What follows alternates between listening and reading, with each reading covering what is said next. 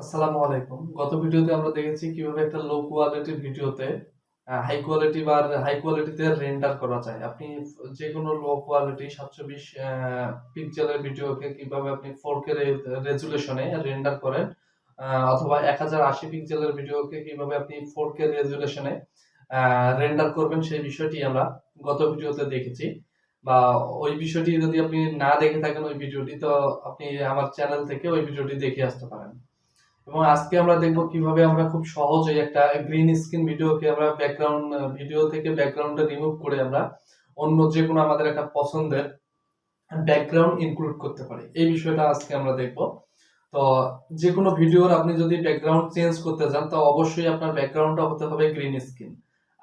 আপনি যদি green screen ছাড়া ভিডিও ব্যাকগ্রাউন্ড চেঞ্জ করা খুব ভালোভাবে প্রপারলি হবে না। তো আপনি যদি ব্যাকগ্রাউন্ড চেঞ্জ করতে চান তাহলে অবশ্যই আপনাকে গ্রিন স্ক্রিন ব্যাকগ্রাউন্ড লাগবে। তো আমরা আজকে দেখব খুব সহজে কিভাবে আমরা গ্রিন স্ক্রিন ভিডিও ব্যাকগ্রাউন্ডটা চেঞ্জ করতে পারি বা আমাদের ইচ্ছা মতো আমরা ব্যাকগ্রাউন্ড দিতে পারি। এই বিষয়টি আমরা দেখব। তো তার আগে আপনি যদি চ্যানেলে নতুন হয়ে থাকেন তাহলে অবশ্যই চ্যানেলটা সাবস্ক্রাইব করবেন এবং ভিডিওতে লাইক দিবেন এবং কমেন্ট করে আপনার মতামত জানাবেন। চলুন তাহলে আমরা দেখি কিভাবে একটা ভিডিওতে এক ক্লিকে বা খুব দ্রুত আমরা ভিডিওর ব্যাকগ্রাউন্ড চেঞ্জ করতে পারি, এই বিষয়টি দেখি। তো এই বিষয়টি দেখার আগে আপনি যদি আমাদের এই চ্যানেলে নতুন হয়ে থাকেন বা আপনি যদি আমাদের এই ক্যামটাশিয়া ভিডিও টিউটোরিয়াল গুলো না দেখে থাকেন তাহলে প্রথম থেকে যদি আপনি দেখতে চান তাহলে আপনি আমার চ্যানেলে যা দেখবেন যে ক্যামটাশিয়া টিউটোরিয়াল, ক্যামটাশিয়া 9 টিউটোরিয়াল পার্ট 1 এবং পার্ট 2 আছে।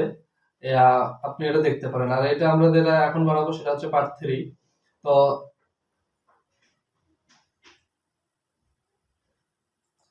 আমি আমার স্ক্রিনে চলে আসছি। স্ক্রিনে আসার পর আপনি যাইতে হবে ক্যামটাশিয়া।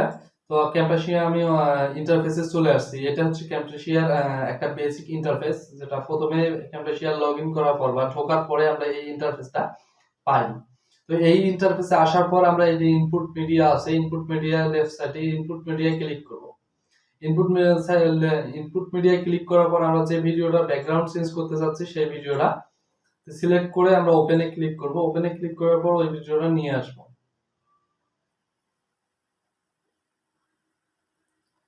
তো ভিডিওটা আপলোড হতে একটু সময় লাগবে।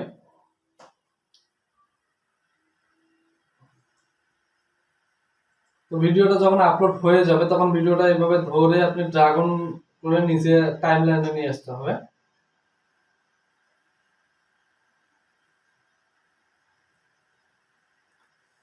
ভিডিওটা নিচে এভাবে টেনে নিয়ে আসতে হবে, নিয়ে এসে টাইমলাইনে ছেড়ে দিতে হবে।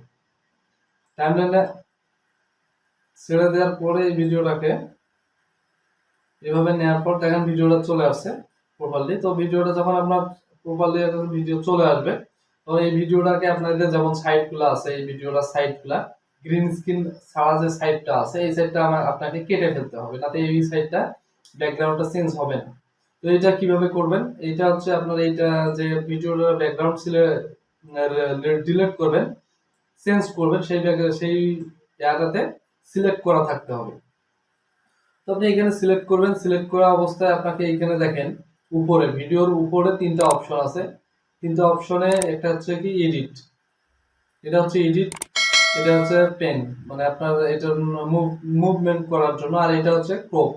তো ক্রপে ক্লিক করতে হবে। ক্রপে ক্লিক করার পরে ভিডিওটা আপনার যখন ক্রপে ক্লিক করবেন তখন এই যে চারপাশে দেখেন একটা ঘর সিস্টেমে চলে আসছে ভিডিও।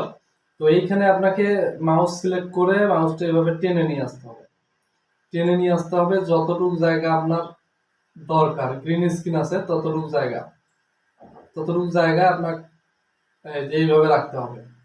যতটুকু জায়গায় গ্রিন স্ক্রিন আছে সেই পর্যন্ত টেনে নিয়ে এসে আপনি ছেড়ে দিবেন, দিয়ে এইভাবে সিলেক্ট করে নেবেন। নেওয়ার পরে আবার এইখানে এডিটে ক্লিক করলে আপনার এই অপশনটা চলে যাবে, ফাঁকা জায়গায় ক্লিক করলে চলে যাবে। এখন আপনি যদি এটা প্লে করি আমি, তো আমার একটা ভিডিও আমার এই ভিডিওটার ব্যাকগ্রাউন্ড আমি চেঞ্জ করব। তো ব্যাকগ্রাউন্ডে যদি আমি কালার দেই, আগে দেখাই অন্য কিছু যদি ব্যাকগ্রাউন্ড আপনি যদি কোনো ইমেজ দেন তাহলে কিভাবে দিবেন।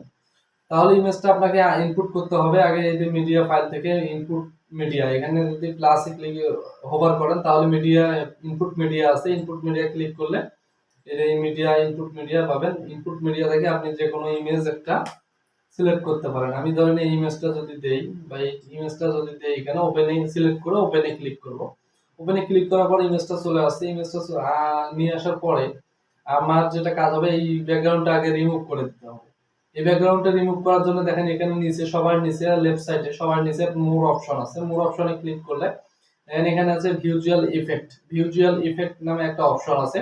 এই অপশনে ক্লিক করব। এই অপশনে ক্লিক করার পর দেখেন এই অপশনগুলো সবগুলো চলে আসবে।